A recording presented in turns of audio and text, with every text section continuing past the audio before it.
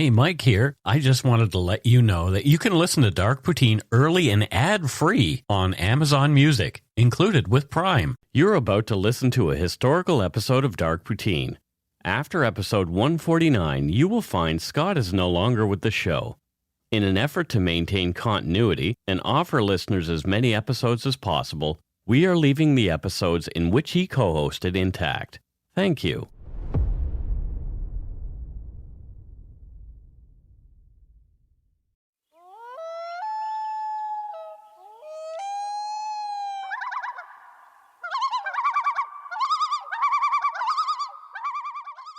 Welcome to Dark Poutine. I'm Mike Brown, creator and host. With me, as usual, is my good friend and co-host, Scott Hemingway. Say hello, Scott. Happy Monday to all of you. What is so happy about a Monday? Well, they get to hear us, Mike. Right. They're hearing us at this moment, Right? and feeling cheery about They're it. riding the bus. Yeah.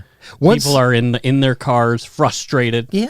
The little old man in the walker, like in Office not Space, is moving. going past you Yeah. really quickly. Yeah, because of rush hour. Yeah. But You know what? We care about you. in a little over an hour, we won't be talking anymore, and Shitty Monday can come back. Right, exactly. The views, information, and opinions expressed during the Dark Poutine podcast are solely those of the producer and do not necessarily represent those of CuriousCast, its affiliate Global News, nor their parent company, Chorus Entertainment. Dark Poutine is not for the faint of heart or squeamish. We strongly advise listener discretion. We're not experts on the topics we present, nor are we journalists. We're two ordinary Canadians chatting about crime and the dark side of history.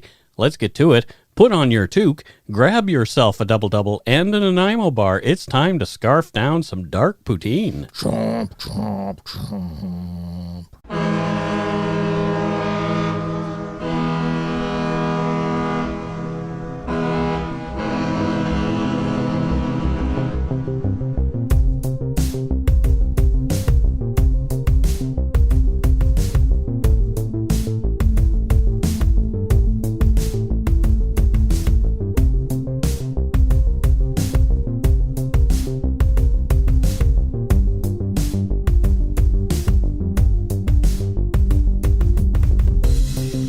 Listeners who feel they are in crisis can contact the crisis text line in Canada by texting HOME to 686868. In the US or UK, text 741-741. The service will match you with a volunteer counselor who is supervised by a licensed, trained mental health professional. Crisis text line is free 24/7 support for those in crisis. For more information, go to crisistextline.ca in Canada or crisistextline.org globally. Let's get on with the show. I did one of our listeners sent me a script Good old Josina. in March of 2019. Yeah. And I just put it on the shelf. It's an excellent script, but there was a bunch of things that I wanted to cover. Yeah. And then I completely forgot about it.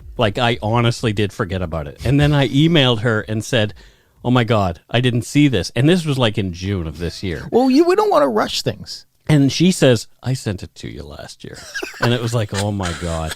But anyway, Josina, today is your day. You finally get to hear your script. You said, edit it if you want to. You know what? I didn't. No. I didn't edit But you it. didn't write any parts for me, Josina, and that hurts. Yeah, well, I'll just be quiet. I don't write any parts for you either. Oh, don't let the mystery out. There's no mystery. Don't open the curtain. Yeah. But yeah, no, Josina is really good people. She's really good people. You got to meet her at the Yeah, one she's fantastic. I think it was our first meet and greet. I don't remember, but a meet and greet. And Yep. Yeah. Yeah, I quite like her. Oh, she's wonderful. The only editing I did was just add a break, a point where we take a break. So that's it. How do you feel? Are you exhausted? So exhausted. Yeah. I am grateful because I'm writing my book. Oh, I know. Yeah. And I'm down to the final crunch. And I really needed a break this week. Yeah. And so this was the week that I took a bit of a break. Josina, you have no idea how happy you have made Mike. Yeah. Well, I'm telling you, I'm happy. So on Friday, June 19th, 1914, at 9:30 a.m., the largest and worst coal mining disaster in Canadian history occurred at Hillcrest, Alberta, in the Crowsnest Pass of Western Canada. You are listening to Dark Poutine, episode 137, the Hillcrest mine disaster. And June 19th, that's Violet's birthday. Oh, she's wow. not that exact date because she's not 106. Right. But I hope not anyways. I've really screwed things up. I've missed a few birthdays. July 16th, 1902, Charles Plummer Hill of Port Hill, Idaho, purchased land in the Drum Creek Valley between the towns of Frank and Bellevue in the Crowsnest Pass area of Alberta. So that's close to where the Frank slide actually happened. There's a town called Frank. I just love that. I mean, I've come visit Brian. You'll love it here. Exactly. Hill purchased the land from George Mills and Mary Heap. It's interesting that somebody who had owned a mine would have been named Heap. Anyway, with the intent of starting a coal mine. Working as the Hill Promotion and Development Syndicate, Charles Plummer Hill sourced funding for his mining project. In 1905, the Hillcrest Coal and Coke Company Limited was formed, and Section 21, Township 7, Range 3 became known as Hillcrest. So that's how a place got its name in those days. Someone gave it to him after, okay, this is where I'm going to put this town. Yeah. Yeah. Fascinating. There could be Scottsville out there somewhere. And it's not Coca-Cola. I was wondering, but then I'm thinking, no, I think it's at first I'm like, but that's one name, the Hillcrest Coal and Coke Company. Yeah, Coke is A byproduct of of mining. yes. Yeah. And also not cocaine. It's not a byproduct of mining. I don't think so. Why? Carry on. Mining can be very lucrative. Hill ran the mine until 1910 when it was taken over by a Montreal syndicate. Hillcrest Collieries eventually had three major workings, Mine Number 1, Mine Number 2, and Level 1 North. The two mines were connected by two intersecting tunnels, Slant Number 1 and Slant Number 2. It's kind of a scary name for tunnels. Slant? I don't know. Well, I would just, because they usually do slant. they're angled. Yeah, yeah. But, I don't know. I'd be slipping a lot. Off the main tunnels were many smaller tunnels. At the same time, Hillcrest was considered the safest mine in the area. Oh. Advances in technology allowed mines to tunnel deeper into the earth. However, the risk of explosions also increased as mines became deeper and more complex. Makes sense. Yep. Coal mining was prevalent in the area, and the nearby Coal Creek and Bellevue mines had experienced fatal explosions in 1902 and 1910. The Frank mine had been partially buried under a landslide in 1903. So I'm assuming mine explosions were a lot more common back then. Yes. Because that's quite a lot in a short period of time. And we did talk about the particular landslide that buried that mine Yep. in episode 21. Everything circles around. Funny how that works. Hillcrest's mine yard featured a horse shelter, a machine repair shop, wash house, hoist houses for bringing coal to the surface, and an office and supply building. There was also a lamp house, a building that the underground workers passed through twice each day. Each man was identified by a number. That number was etched on two brass tags known as checks. When a miner arrived at the lamp house, he would pick up his equipment and the two brass checks with his number on them. He would then proceed to the timekeeper's office. The worker would keep one check himself and give the second to the timekeeper, Robert Hood. That makes sense. Yep. You're going down in a mine. We want to make sure that as many checks come back Yep. as need to, and you would know who it was, who was missing. Yeah, exactly. Yeah. It's fairly logical. Great way to track things Yeah. in the days before I'm signing in with my Time cell phone. cards. Yeah. Yeah. Hood was known as a fair and accurate timekeeper. At the end of the day, the men would head back to the timekeeper's office and hang their check on top of the one with the corresponding number. Great, makes sense. The men could be sure that Robert Hood would correctly note their start and stop work times and that they would be paid accordingly. And the checks, like we mentioned, had a second purpose besides timekeeping. If a miner was injured, disfigured, or killed in the mine, he could be identified by the number on his brass tag. It's very much like a dog tag. Yeah. It's kind of spooky. It is. You don't want to ever have your tag be. You're pounded so flat that all they have of you is this brass tag. Well, it seems like 1 out of 4 mines are exploding. Yeah. it's So, not I good. mean, In 1914, my grandmother, Vera, was 3. Oh, Yeah. wow. In 1914, only 17 men working at Hillcrest were born in Canada. Most of them were from Europe, including Great Britain, Italy, and countries that were then part of Austria-Hungary, like Hungary, Poland, and Ukraine. Mm-hmm. These men and their families had moved to Alberta in search of better opportunities. It sounds like everybody from Nova Scotia, Newfoundland, and New Brunswick, and PEI moving west as well. Yeah. Mining in the Crowsnest Pass was largely seasonal from April to November, with most of the work being done in late summer.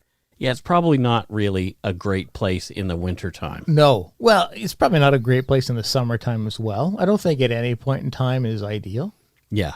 But some points in time would be less terrible. It's not my dream job, no. working in a mine. Really? No. I always thought it was. No.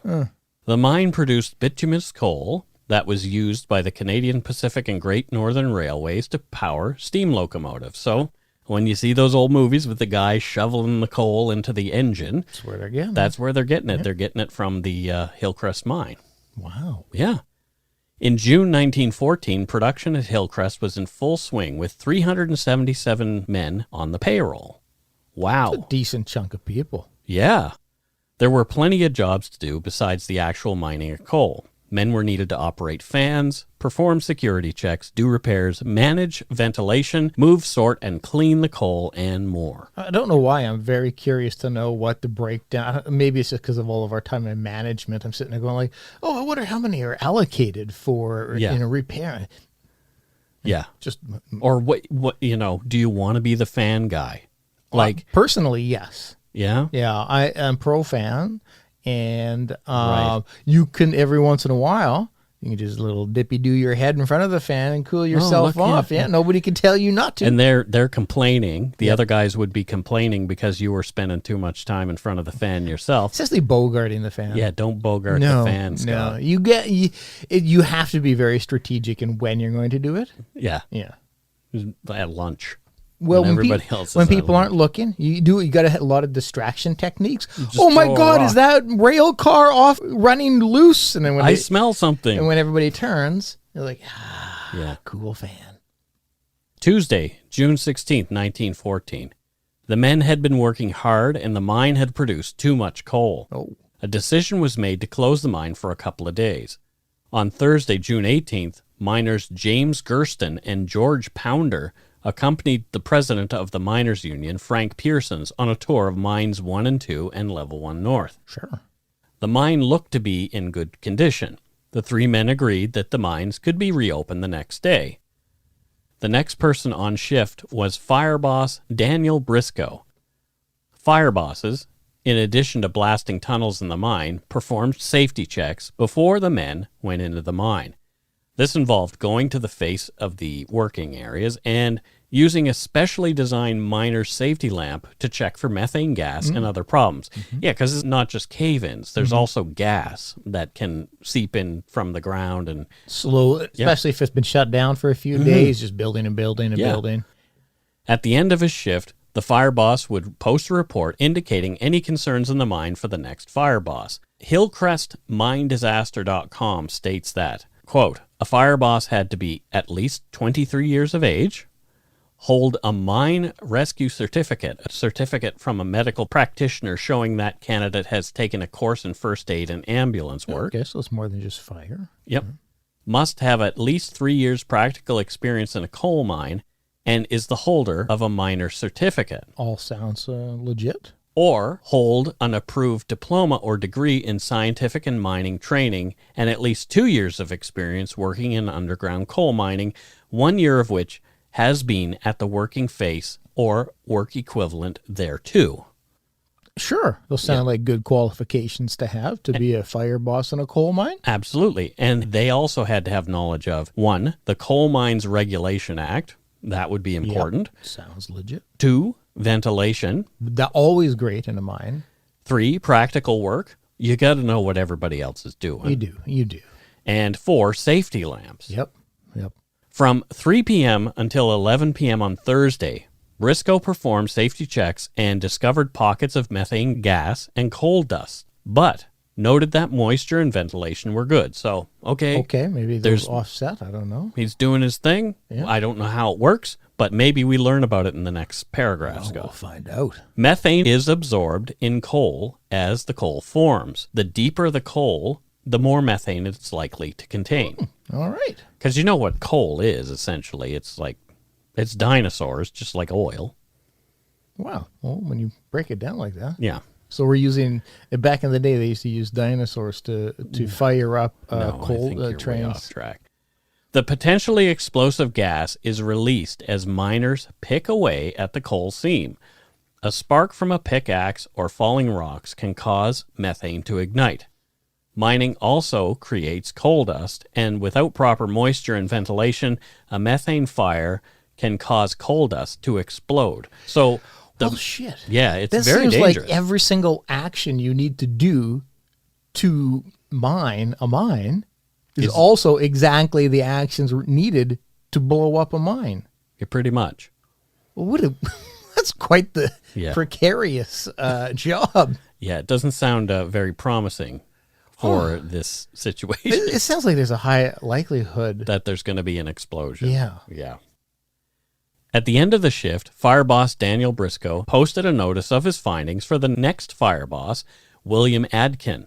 He began a shift at 11 p.m., so they were working 24/7, around the clock. I guess when you're underground, who gives a shit if it's midnight? Yeah, like fair if enough. it was dark or not, it's dark down there. Yeah. For the next 7 or so hours, Adkins continued to monitor the mine for methane and coal dust. Near the end of his shift, he too posted a notice explaining where he had found elevated concentrations of methane and coal dust, but noted adequate moisture and ventilation. So, all right. Same. Both the fire bosses are saying similar things. 6:20 a.m., Friday, June 19th. Summer was only a few days away. William Adkins exited the darkness of mine number 1 and squinted as the bright sun hit his eyes. He left the mine at 7 a.m., replaced by fire boss Sam Charlton. In a few hours, the bright spring morning was to be filled with chaos and panic that Hillcrest had never seen before. Jeez. The miners and other mine workers arrived at Hillcrest Mine on that bright morning for another day of work. Around 7 a.m., a total of 235 men passed through the lamp house. They gathered their Wolf safety lamps, equipment, and their brass checks and filed over to Robert Hood's office. Mm-hmm. June 19th was Thompson Court's first day at Hillcrest Collieries. Oh, shit. A police officer with the Coatbridge Police Force in Scotland, he had immigrated to Canada only a month earlier. Unable to find work right away as a police officer, Court instead took a job at Hillcrest. Another new face at the mine was 17-year-old Alexander Petrie. He came from a coal mining family. Several of his brothers also worked at Hillcrest. Alexander had only worked at the mine for 2 or 3 weeks. The miners were paid monthly, so he hadn't even received his first paycheck. Oh, man. 17. Yeah. It was about to be Tom Corkhill's last day at the mine. The next day he was going to leave for his newly purchased homestead in Lethbridge, Alberta. Rod Wallace and his brother-in-law, William Neath, were originally farmers from Nova Scotia. They had tried their hands at coal mining, but neither liked it. The two men and their families decided to return to Nova Scotia to continue farming. They were set to leave for Nova Scotia 3 days later. It was a different story for Charles Ellick.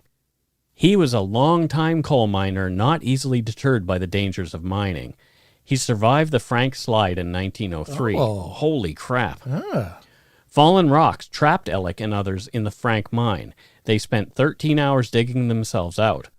After the Frank Slide, Charles Ellick and his family moved to Hillcrest, and despite his previous brush with death, Ellick went to work at the Hillcrest mine. In June 1914, Ellick's wife was pregnant with the couple's 6th child. Oh, wow. So big family. Yeah. He's already had a very close call. Yep. But still working. Well, Still it's in what the- you know. Yep.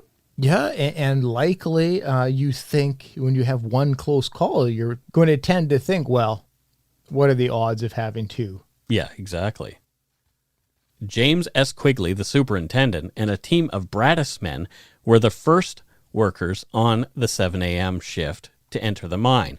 The Bradis men controlled huge tar-covered screens to direct fresh air to where the miners were working and dilute and redirect concentrations of methane gas away from them. Oh, that's kind of cool. I wonder if the tar was to collect dust as well. Probably. Yeah. The Bradises and 2 huge steam-powered fans, one for air intake and one for outtake, were the only means of ventilation in the mine.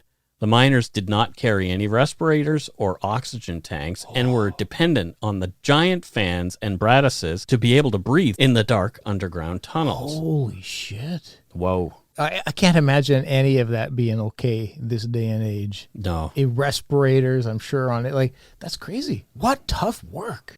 Quigley and the Bradismen spent 15 minutes alone in the mine before the others were allowed to enter. So they're setting up, making sure that all the safety equipment is set up. The men working in Mine 1 descended 365 meters through an underground passageway to reach the coal seams, or workings, as the job site was called. Mine 2 was located to the south of Mine 1. The descent into Mine number 2 was approximately 730 meters, or almost half a mile. So these guys are going deep into the earth. No kidding, man. Wow. Yeah, and so think about the weight of the earth that's above you. I would imagine that's something you would try to not focus on. It's kind of like the don't look down. Right. If you're up, doing something dangerous in heights, just Yeah. don't look down. Because when you start to think about it, it starts to become scary. If you've got troubles with claustrophobia, a mine is not the place that you want to be. Oh, yeah, that's No. me. No, thank you. Yeah. I've crawled through a pipe before and panicked. Oh, Have you ever done that? No, just saying that is Yeah. giving me It's not good. anxiety. Fire boss Sam Charlton gathered blasting equipment, a firing cable, battery, blasting powder, and a firing key from John Dugdale, or Jock the Powder Monkey, as he was known. It's quite okay. That's a long nickname. Charlton headed off to Tunnel 32 off Old Level 1. The smaller underground tunnels needed to be constantly expanded to expose more of the coal seam. Yeah, because once you get done digging, you got to dig further. This was accomplished through small, controlled explosions. The fire boss carefully monitored methane levels while blasting the new tunnels. Oh, good Lord. Yeah, because if a spark can set off methane. Imagine what an explosion. I would imagine an explosion. Even a controlled explosion. Yeah, there's, yeah. At 8 a.m., another fire boss, John Ironmonger, checked in with Robert Hood and gathered blasting supplies from Jock the Powder Monkey. Ironmonger said hi to his son Charles, a rope ride whose job it was to move coal carts if they could be hoisted to the mine entrance. Oh, interesting. Mm-hmm. After saying hello to Charles, John Ironmonger proceeded to Level 1 North, where he set off 5 charges. His son, Sam Ironmonger, was also at work in the mines that day. An additional 8 miners entered Robert Hood's office around 9 a.m. As Hood collected the checks from the 8 men, he noticed that 2 of them smelled of alcohol. Uh-oh. Yeah, mining and alcohol. Yeah. Yeah, that's not a good combination. No. He refused to put the workers in danger and refused to let the 2 men into the mine. So it does sound like there was some safety. Yeah. Well, at least Robert Hood took his job seriously. Well, he definitely did. Good on him. And these Bradismen sounded like they took it pretty seriously, too, as did the fire bosses. Everybody seems to be doing their jobs here. Yeah, it's just sad that in, what was it, 1906? 1914. Exactly what I said. It's just, in 1914, you can be as safe as you want, but the safety mechanisms you have just aren't what they are now. No. So no matter how safe you are, it's still dangerous as hell. Right. The men were told to leave and went back to the miners' hall for another drink. So I guess if we're hammered now and we can't go to work, let's go get more hammered. Oh, God. Meanwhile, the residents of Hillcrest went about their usual daily activities. 9:30 a.m. Suddenly, the men at the mine's entrance were knocked to the ground by a catastrophic blast. Whew. The force of the blast killed Charles Ironmonger and another rope rider, Fred Kurragatz. Both had been thrown against concrete walls of the hoist houses. Oh, wow. That's that must have been that's a big quite, explosion. quite the velocity they hit the wall, I'm imagining. Wow. The explosion originated somewhere inside the mines. The men who survived the blast desperately searched for a way out of the maze of dark tunnels. They needed to get fresh air fast. The explosion ate up about 50% of the oxygen in the mine, leaving fatal levels of carbon dioxide, or black damp, as the miners called it, and carbon monoxide, known as afterdamp. I struggle to think of anything as terrifying as being trapped hundreds of meters below the ground And not being able to breathe. in the pitch dark, not being able to breathe, Yeah. and trying to find, I've only got to go a few hundred meters. Oh, my goodness. Like, The explosion blocked the entrance to mine number 1 and damaged the large outtake fan. Jock the powder monkey called for the mine manager, John Brown. He in turn found an electrician who quickly rewired the fan to push the fresh air into mine number 1. 18 men made it out of the mine on their own. So all of a sudden, you're crying, you're clutching at your throat, Yeah. you're just clawing your way out, and oh my God, fresh air, Yeah. and you can stand up and you can run. I would just run like the Dickens, let me tell you. Well, God, you might just pass out, though. Yeah. Like you might just get out there and just like collapse of the pure exhaustion. One man, David Murray, rushed back towards the mine to look for his sons, William, Robert, and David Jr. A policeman who arrived on the scene, Constable Hancock, tried to hold him back, but Murray forced his way back in. So another thing I'm picking up is a lot of families working, a lot of fathers and sons working in. It's the family business, essentially. Well, and you're in a small town. Your dad's working there. I mean, you get of age. What else are you going to do, really? Yeah. And we'll take a break right here.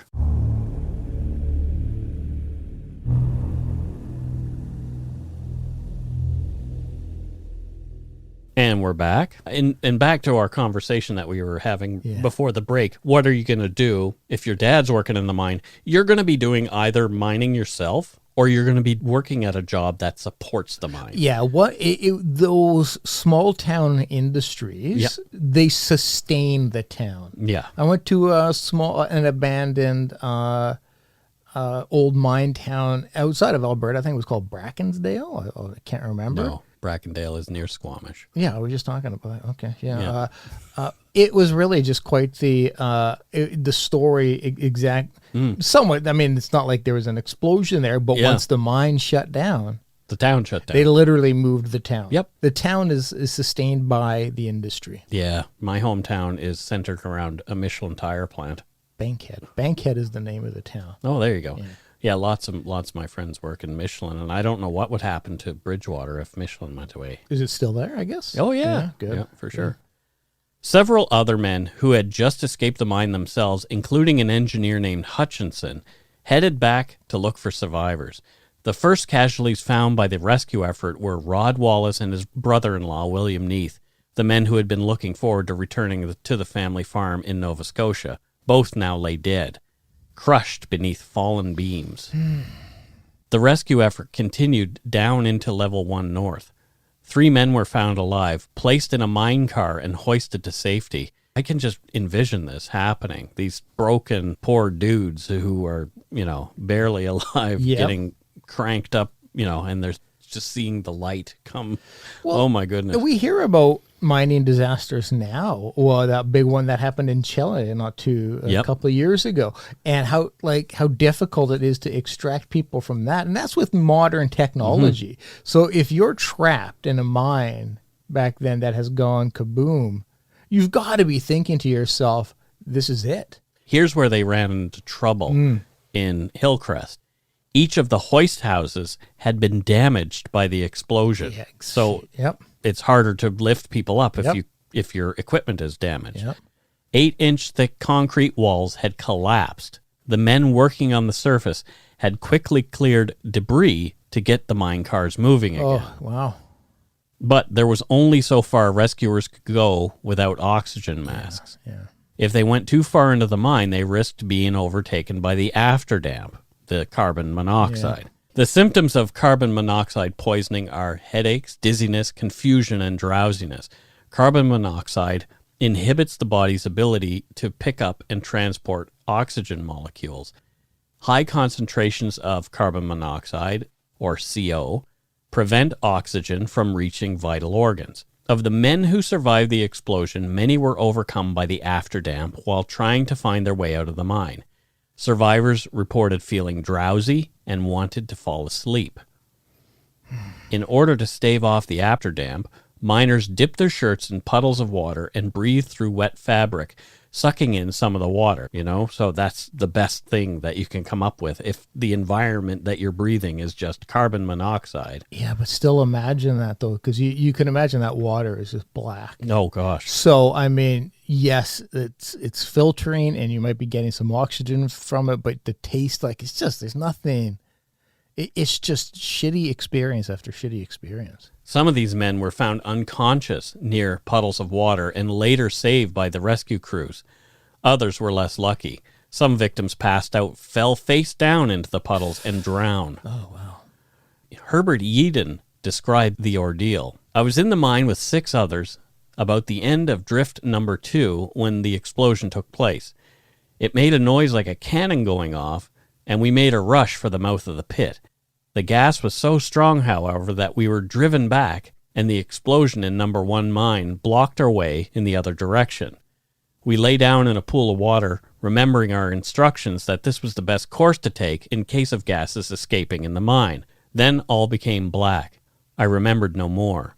I knew nothing until I awoke in the air underneath the blue sky, restored to consciousness by operators who resuscitated me with a pulmotor. My companions were also saved by the same means. Holy crow. Wow. Jesus Christ. Yeah. Those minutes leading up to passing out, you're just like, I'm sure as you're starting to fade, your expectation is this is the end. Yeah. And so to then wake up to a blue sky. Yeah. Whoa. What a relief. Yeah. Eden was one of the men saved by the rescue supplies that arrived from other towns. Oxygen masks arrived half an hour after the initial explosion. Dr. William Dodd set up a temporary medical tent to treat survivors. About 100 other miners headed toward Hillcrest to aid with the effort. Meanwhile, residents of Hillcrest gathered around the mine to look for survivors. Almost everyone in Hillcrest was related to someone who worked in the mine. Yeah, like what you're talking about, everything's related to that industry. Yeah, and I can imagine there were a lot of people wringing their hands as each person was brought up out of the mine. Oh my God. Hoping that it was their loved one still alive. Yeah. Oh. Initially, Robert Hood reported that 237 men had been in the mine when the explosion occurred. That left 198 men unaccounted for. About 2 hours after the explosion, Hood realized that he had made a mistake. Well, thank goodness. He had hung up the checks that belonged to the 2 inebriated miners. They were alive and well, enjoying another drink when the explosion occurred. That left 196 men unaccounted. Well, at least there were 2 who were, being pissed at work saved their life, essentially. Yeah. That feeling, though, it's the same kind of a thing when a plane goes down and somebody's like, I was meant to be, I missed my flight and I didn't. Yeah. That sense of like, wow, Final destination. Yeah, I just escaped death. Like, another 7 men were found alive, bringing the number of survivors to 46. By noon, the rescue effort turned into a recovery effort and would last throughout the night. So that quickly, they realized. Wow. Yeah, well, there becomes a point of no return when you recognize you can't have survived beyond here. Especially with the amount of gas in the mine. Former fire boss Harry White was selected to lead the recovery effort into slant number 1. More victims of black damp and afterdamp were located throughout the mine's tunnels and their bodies brought to the surface. The explosion killed the miners who had been working around tunnels 31 to 35. Their bodies were burned and contorted. Rescue workers waited until evening to recover the most gruesome remains. Severed body parts were removed only under the cover of darkness to protect the loved ones, obviously. And perhaps there was news people there by then taking pictures and things like that, So, horrendous. Yeah. The wash house was converted into a makeshift morgue. They need a wash house because you have to wash up after you get out of the mine. Yeah. Corporals Meade and Grant cleaned the corpses and tried to identify them. Many victims were unrecognizable and could only be identified by the numbers on their brass identification tags. Yeah, like we mentioned at the beginning. Not how you want your tag used. No. Some couldn't be positively identified at all.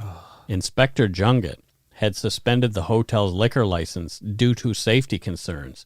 However, a bottle of whiskey showed up in the wash house where Corporals Meade and Grant were washing, identifying and wrapping bodies in white shrouds. It's said that the bottle of whiskey was quickly and secretly topped up whenever it started to run dry. Corporals Meade and Grant would each earn a $50 bonus, the equivalent of 3 months' pay for their work. Yeah, so let's keep these guys, numb to what's going on. Neither of us are pro-alcohol necessarily, but I mean, I understand that. Can you imagine what they have just witnessed? Yeah. And I'm not anti-alcohol, just not well, for but me. you know what I mean. Like, we're both not advocates of going out and getting tanked. Yeah. But for what these guys have seen, Yeah. I mean, it's so understandable. Sunday, June 21st. The first day of summer was unusually cold. There was an icy wind and it even snowed. A procession carried the coffins toward the cemetery, accompanied by the Bellevue Band. The band played Handel's Dead March, a piece of music often played at military state funerals. During the procession to the cemetery, some of the horses spooked. As they ran off, several coffins fell on the road and broke open. Bodies inside fell out. They were quickly put back into the coffins, and the procession continued on its way. Well, that's just unfortunate, and nobody's fault. Hazard to guess it was nobody's fault. The horses get spooked and take off running. Add insult to injury to those poor families. Exactly. Like, they're not traumatized enough that dad's dead. His body rolls out onto the horse track on the way to the cemetery. Yep, just adding trauma on top of trauma. 3 mass graves had been dug in the cemetery. It was the only way the small town could deal with burying so many people in a short amount of time. In total, 150 men were interred in the mass graves. Others were buried separately or in family plots. Some men were transported home to be buried.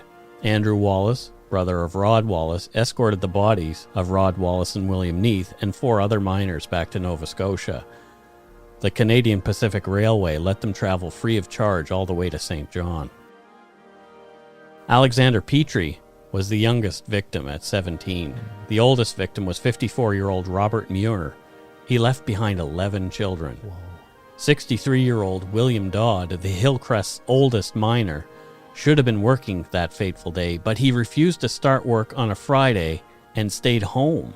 Interesting. Okay. Dan Cullinan was supposed to work the afternoon shift on June 19th, but switched with J.D. Redmondson. The switch saved Redmondson, but Cullinan lost his life. Other victims include Thomas Court, the former Scottish policeman, and it was his first day at the mine. Yeah.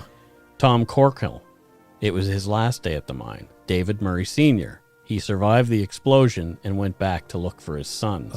His 3 sons, William Murray, Robert Murray, and David Murray Jr. also died.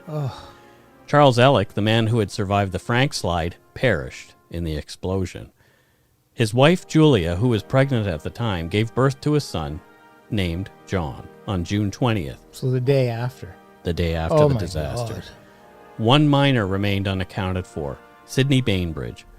Constable Hancock filled in the details many years later. All they had recovered of Sidney Bainbridge was a single leg. To avoid causing the family distress at seeing a single limb, the leg was placed in the coffin of another miner. Okay. Whew. In total, 189 men died in the Hillcrest mining disaster. It was and still is Canada's worst mining disaster. The 189 victims accounted for almost 20% of Hillcrest's population. Wow. About 130 women were widowed. Almost 400 children were left fatherless. Oh, wow. Hillcrest collieries designated $1,800 for each victim's family or dependents, according to the Workmen's Compensation Act. However, these funds weren't made available until the following year, so these families went hungry for a year. Thanks a lot, Hillcrest collieries.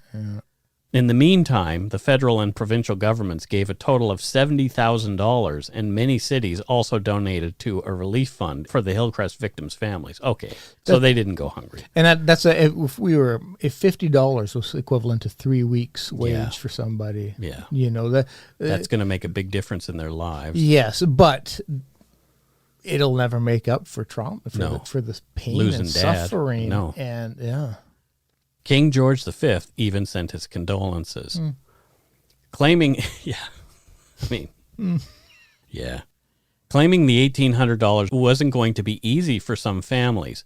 Tensions were brewing in Europe. On July 28, 1914, Austria-Hungary declared war on Serbia. Then, on August 4th, Canada was drawn into the war when Britain declared war on Germany. Attentions were shifted away from Hillcrest and toward the war effort. Many of the miners killed at Hillcrest had been from places now at war with Canada.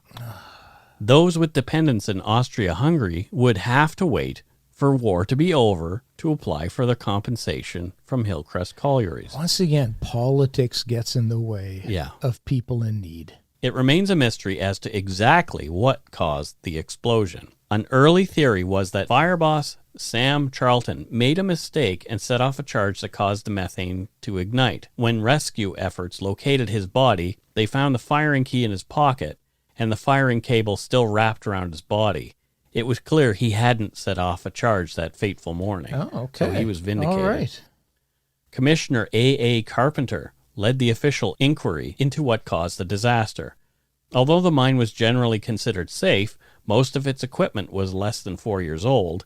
Testing revealed that Hillcrest coal was exceptionally gaseous and dusty. I'm exceptionally gaseous at times. And dusty sometimes. If you've been playing Animal Crossing for too long. Yeah, probably. I have a moon now on my island. That's but anyway, beautiful. The most likely explanation is that the spark from falling rocks near Tunnel 33 triggered the fire, which caused the coal dust to explode. So something that couldn't be prevented. Yeah. Despite improved safety and rescue standards, there was another deadly explosion on September 19, 1926. Just after 10 p.m., falling rocks ignited methane, which caused a massive dust explosion. Only 2 men were in the mine at that time. The 150 men on their way to work the night shift narrowly escaped an explosion worse than the one in 1914. Oh, my God. Hillcrest continued to operate through World War I and into the 1930s. Hillcrest collieries became part of Hillcrest Mohawk collieries. In 1939, Hillcrest Mohawk closed the Hillcrest mine. In an act reminiscent of 1914, explosives were detonated inside the mine to close it off and prevent anyone from entering. We don't want anybody to get at this coal because we own it, but we don't want to mine it anymore. So boom, and seal it up. Which I would imagine if there were surviving family members, even if you know how they're going to seal up that mine, that must have been re-traumatizing. Yeah. And plus, there are parts of their loved ones still there. Mm-hmm. The Hillcrest Cemetery is large, approximately 5 acres. The Hillcrest mine disaster is memorialized by a black stone monument with the words, Hillcrest, June 19, 1914, Canada's worst mine disaster. On it is a picture of a miner heading toward the mine's entrance. The mass graves are encircled by white stone pillars, connected by metal railings. Interpretive plaques around the mass graves provide information to visitors. The names, ages, and occupations of each of Hillcrest's 189 victims are immortalized on a series of black signs that stand in a semicircle overlooking the mass graves. More information about each of the 189 victims is available at www.hillcrestminedisaster.com. 2014 marked the 100th anniversary of the Hillcrest mine disaster. Shaw TV Lethbridge filmed a piece about the anniversary. On it, they talked to John W. Ellick, Jr., the grandson of Charles Ellick. He said, "It's the biggest explosion in tragedy in Canada. I think it's kind of an unrecognized tragedy, really. You know, it's not something we celebrate down here in Hillcrest, but throughout, the rest of the country, you don't really hear about that much." No, I mean, if you're not from the area, you probably have never heard of the Hillcrest mine disaster. Well, as we were talking about in the lead-in to the show, this is one that I hadn't heard of. Yeah. And I heard of it in my research when I was doing the Frank slide. Yeah. I knew that somebody in the Frank slide would later go on and die. Die in a mining explosion. It's just mind-blowing, though, as to what we choose. And I don't think celebrate's the right word. You don't want to celebrate. Well, he wasn't saying... No, I know. But like I'm saying for me using it, I was going to use the same should word. Be commemorated. Commemorate, yes. Yeah. It's crazy how what we decide to commemorate and what we decide to not. Right. Because this is an epic tragedy. And that's it for this week's case. Thank you, Josina, for writing and taking the pressure off me for a week. I really, really appreciate it. You have no idea how great that was right now. That was really awesome, Josina. Thank you. Thank you so much. The goodest of the eggs. All right. I guess it's time for voicemails. Let's give this crapshoot a shot. You can leave us one at 1-877-327-5786 or 1-877-DARK-PTN. If your call stands out, you might hear it on the show. And if you don't hear it right away, that doesn't mean we won't ever use it. So, So call anyway. Just keep calling. Yeah. Exactly. Let's listen to this one. We're curious about it. Hey guys, Mike and Scott. I've been a long time listener of you guys. Probably not as long as most, but about maybe a year and a half, something like that. But I'm just sitting at work here at the sawmill on break, and I was listening to one of your shows, and I decided to give you a call. I'm from Creston, BC. I got turned on to you guys' show from the Dale Merle Nelson episode. And that really stuck with me because I know people that were involved in that situation, and I know the family and everything like that. I'm friends with a daughter of one of the survivors from that. And I just wanted to call and say that you guys have a totally different element to your guys' shows. A lot of different shows that have, it's kind of like a carbon copy, of a lot of people's shows that people have. But your guys' show brings a different element to that, and I just wanted to appreciate you guys for that. And hope you guys can go and shit in your hat today. But have a good day. Thanks, bud. That's really nice. That was really nice. Yeah, while you're working on break at the sawmill. Yeah, another person doing a real job. I've worked at a sawmill, Scott. So might have sworn my dad worked for his whole life. Oh goodness! Much. Yeah. I used to love the smell. Yeah. Oh my God. I worked at a sawmill. It was cedar, so it was really nice smell there Delish. too. What's that? Delish. Oh yeah. But yeah, no, that was really kind of you. It's it's nice knowing that people are listening while doing real jobs. Yeah. Well, you have kind of a real job. Not really. Sure, it's a real job, but it requires negative physical activity. Right. I suck other people's physical activity into a vortex. Well, that's kind of what you've always done. It is. I'm good at it. Yeah. That's what they say. Do what you're good at. All right, let's listen to this one.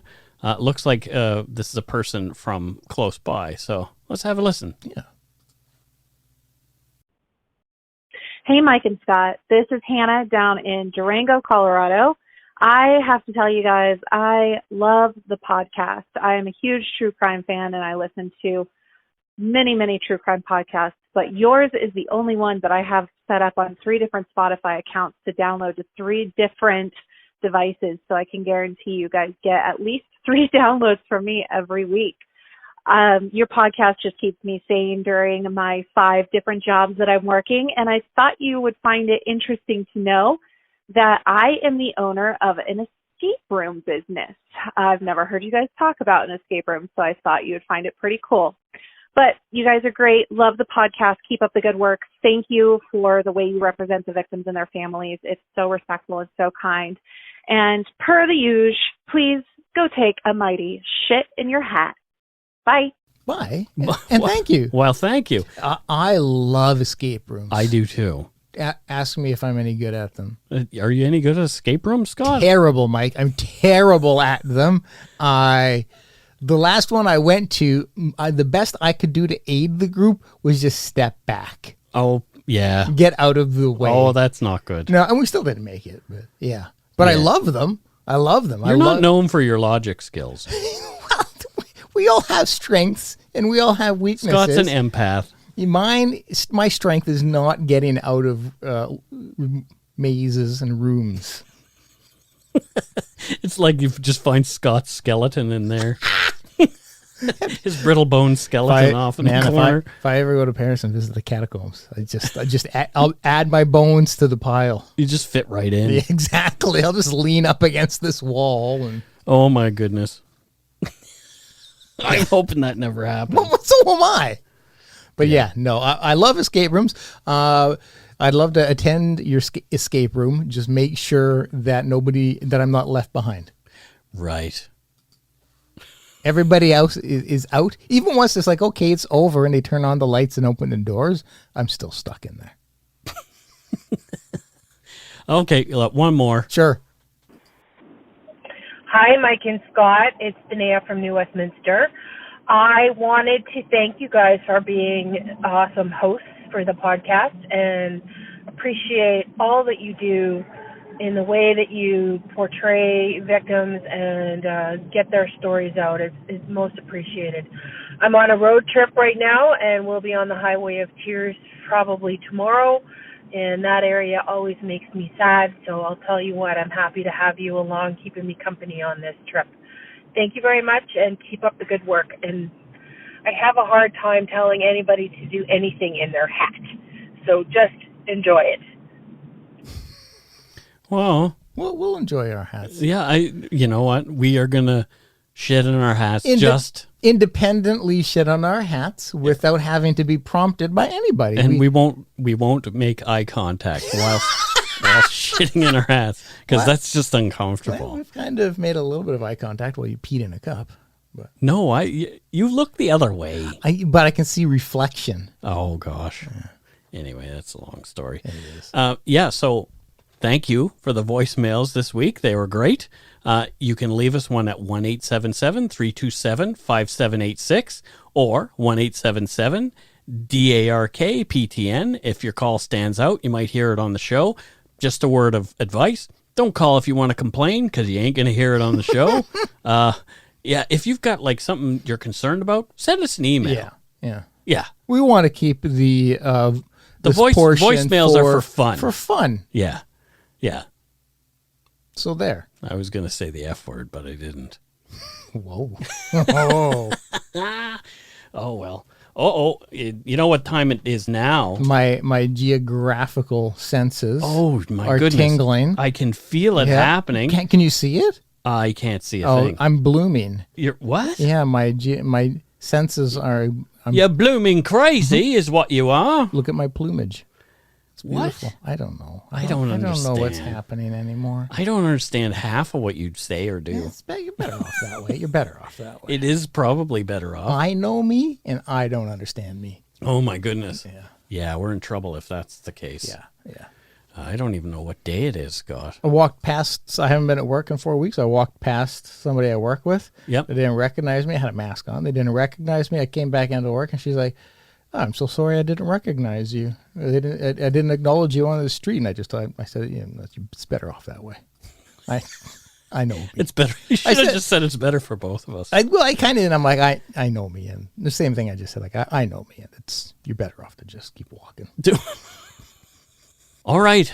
It's time for Patreon. Let's see who we have first. So first up, we have Aaliyah Capodici. Oh, yes. And she's from Doylestown, Pennsylvania. Yes, And what does Aaliyah do in Doylestown? She's a card, not sorter, a shuffler. She's a card shuffler. She's a dealer, then. No. She just shuffles cards. Yes. Well, I mean, you could hire her. She'll come to your house. Like, say you're playing a little bit of So she Texas just stands there? Well, if you're playing a little Texas Hold'em, and once the game's done, you're like, okay, shuffle these. And she'll hand them back. She's for hire. She's an independent shuffler. Wow. And is there good money in that? There must be if she's given. It's all in the tips. Right. It's all in the tips. Be nice to the winner is her motto. Yeah. Well, there you go. Yeah. Well, thank you very much, Aaliyah. Yeah, thank you. We've got a new prime minister here. Oh, sweet sassy. This is Chris Killian. Thank you, Chris. And Chris is from St. Louis, Missouri. Maybe Chris is not going to like us very much after this series that is currently playing out in the NHL. What does Chris do for a living? Chris with a K does what? It's hard to pronounce. Okay. It's hard to pronounce. Mathematician. A mathematician. Yeah.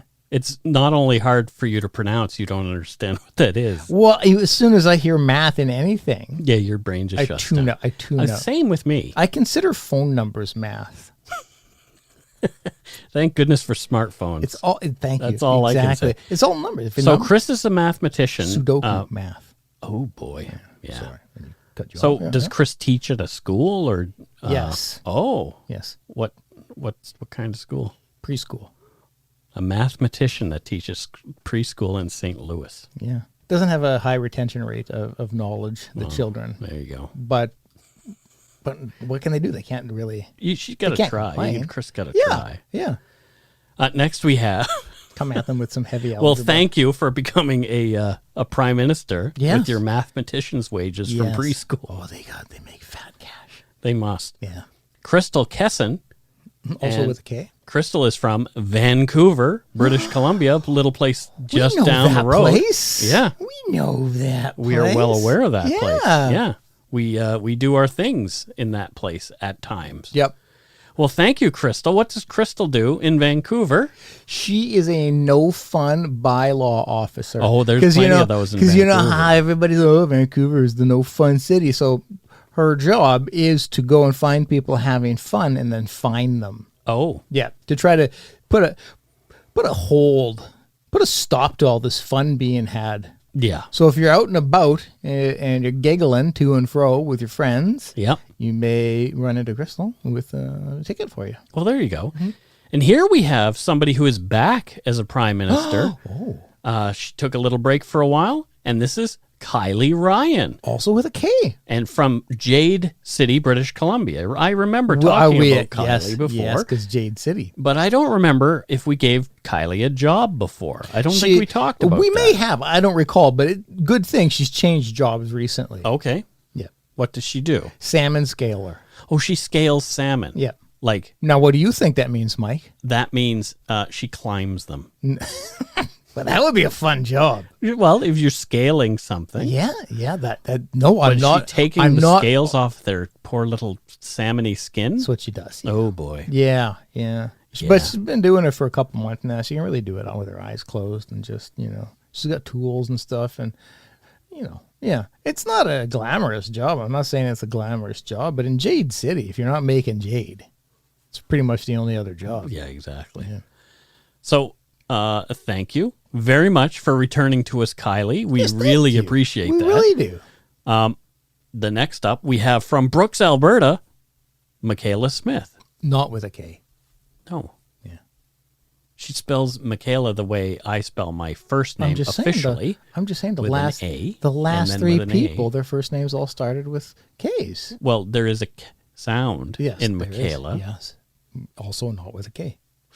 So I'm right on all points. So what does Michaela do in Brooks? Oh, in Brooks, what Michaela does is she is a hat manufacturer. Oh, fantastic. But it's all of those kind of, like what you might see when they're big and poofy and they'll have like twine in them and little birds I don't know and this stuff. kind of hat. You don't? They're strange hats. They're very fancy kind of. Like they're like couture. maybe couture like hats. like a lot of people You'd wear. see them on America's Next Top Model. You would. You'd also see them at the what's that, Kentucky Derby? Oh yeah. Yeah. Oh, I get you. I'm You picking picking up up what I'm putting down? Yeah. I love to see the way the people are dressed at the Derby. Yeah, so does she. She provides hats. I went there one day and took pictures of people who were all dressed up at fancy. the Kentucky Derby. No, down at the racetrack. Oh, down here, the in Hastings, and it was the dog races. Oh, Those little dachshunds. Oh, that's Yeah, it was great. fantastic. But well, thank you, Katrina. I would love a hat. Wasn't it Michaela? Or thank you, Michaela. I would love a hat. Yeah, send us some hats, your frilliest, and we'll sport them. Exactly. Next, from Rosewood in Queensland, Australia. We have a really nice lady. Yeah. This is Katrina Goodyear. Also with a K. What is going on with all these K names? It's very K. Wow. It's as long as it's not 3 Ks in one name. Well, now we got 4. K, K, K, K. K. Exactly. Okay. Oh. So what does Katrina, the nice lady, do down there in Australia? Well, she's going to hate me for saying it. Oh, no. Because it's so cliche in Australia. Mm-hmm. You know what? I know everybody's thinking, oh, she plays the didgeridoo or something, or she hugs koala. No, come on, guys. It's not that cliche. She boxes kangaroos.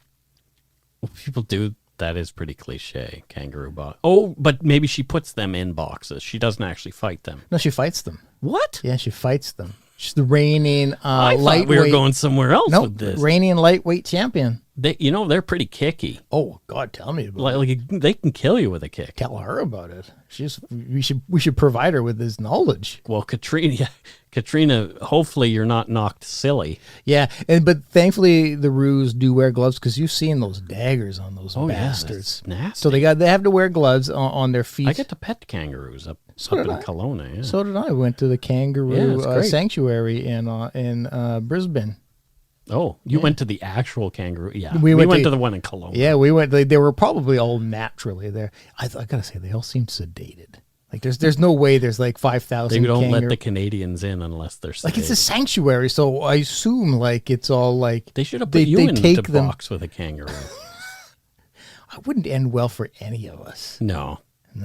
I'd have to get a new co-host. The kangaroo would feel bad. Oh, they'd feel terrible. Yeah, but this was too easy. Next up, from Hamilton, Ontario, we have Brad. Brad. I wonder what Brad does in Hamilton. Brad is married to George Takei. Yeah. Oh. George Takei's husband's name is Brad. That's right here. Oh, my. There, see? There you go. Oh, I used to be able to do a really good Sulu impression. I haven't tried it in decades. Yeah. So, yeah. Oh, my. No, it's not even. Hello, Captain. Yeah. Yeah. But so that's he does some of the posting. He has his own social media presence, and I didn't know that Brad and George lived in Hamilton. That's new to me. They have a few houses. Oh, that's their. We want to get away from everything house. They're making that social media money. You know, I guess so. Yeah. George Takei, was he there at the Crime Con that we were at? No, we would have remembered that. I don't. Geordie think so, LaForge was there. I didn't see him. Yeah, Carol and I did. I know. Yeah, and we saw Bruce Campbell too. I saw Bruce Campbell. Well, we saw for sure Corey Feldman. Corey Feldman. Yeah, that was right up there. There's a picture up there. It was dreamy. Yeah, he was nice. He really was. Yeah, and he retweeted our tweet or something, or tweeted. I don't know, but he shared he was something. A fine gentleman. He was. Yeah, he retweeted us. Yeah, I really enjoyed the meeting with him. Me too. You never know. No, you never do. You hear so many stories of people meeting people they look up to, and it goes sideways.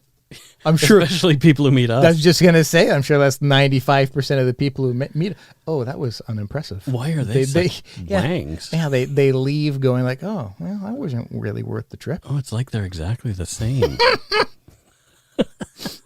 If you look at every photo anybody's ever taken with us, we're more excited. Oh my gosh, it's true. It's true. We're always our faces. People are like, Mike looks so excited to meet you. I legit was. You have no idea how bonkers it is to have we live our lives and nobody gives a shit. And suddenly you're in a convention and people are like, oh my God, can I get a photo with you? It's just going to blow your mind. You're going to be like, oh my God, you want a photo with me? Yeah. Just squeeze all around. Well, here we got well, now it's time for donut money. Donut money. Let's talk about some donut money. Let's do First up, Destiny Edwards. And Destiny says, hi guys, I'm actually from Michigan and I am a welder. Oh. Thank you so much for making me more aware of the dangers in the world. Hope you guys have a great day and go shit in your hat. Well, thanks, Destiny. That's great. You really made my role in this quite easy. Quite easy. Just laid it all out there in the first sentence. Okay. Well, this says I need to accept that. So, Except, yeah, okay, sure. We've accepted your money. Return to account history. Oh, come on.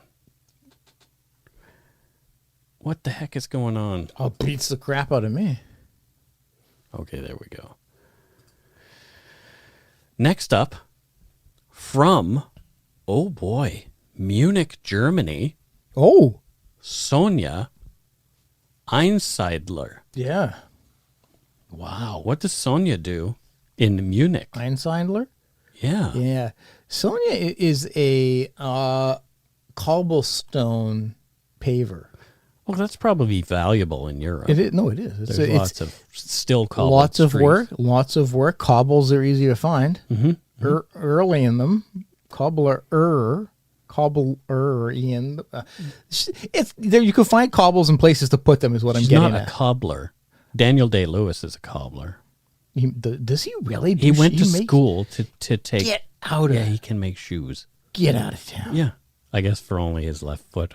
But it's true, he did actually go to become a cobbler. Wow. Yeah. That's quite fascinating. So there you go. So Sonja. Yeah, she makes roads out of cobblestones. Cobble streets. Yeah. Well, thanks, especially Sonja. Cobblestone Ave. That's her work.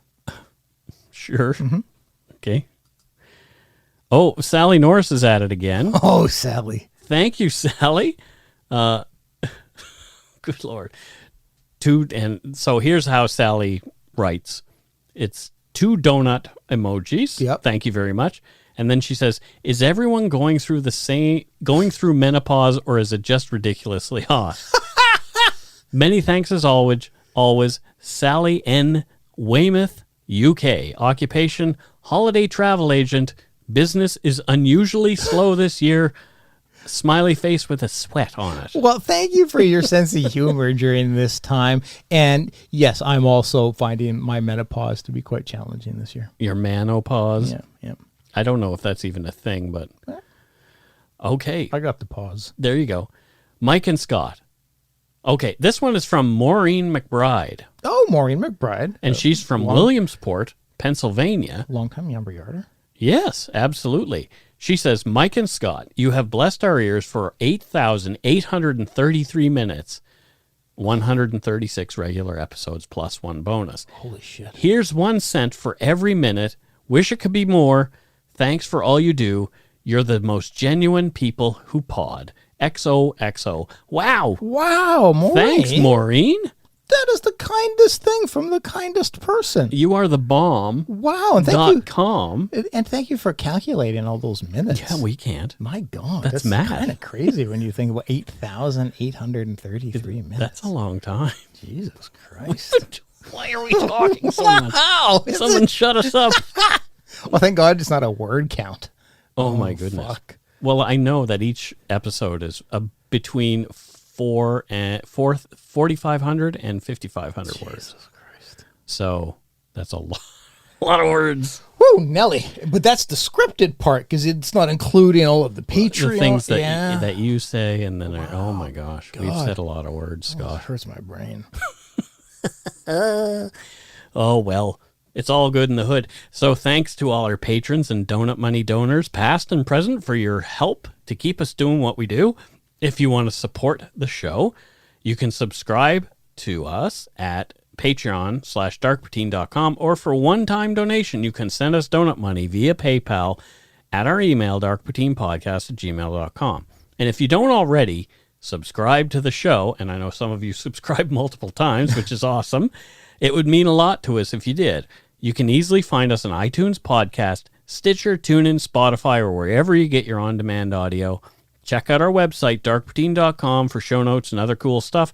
Give us a like or follow on Facebook and Instagram. Most importantly, thank you for listening, and tell your friends about us. Word of mouth is a powerful thing. Until we return, don't forget to be a good egg and not a bad apple. Bye-bye, everybody. Good night, or good morning, or good whatever it is for you. Good time. Good time. Good time to you. Good insert day here. Bye-bye.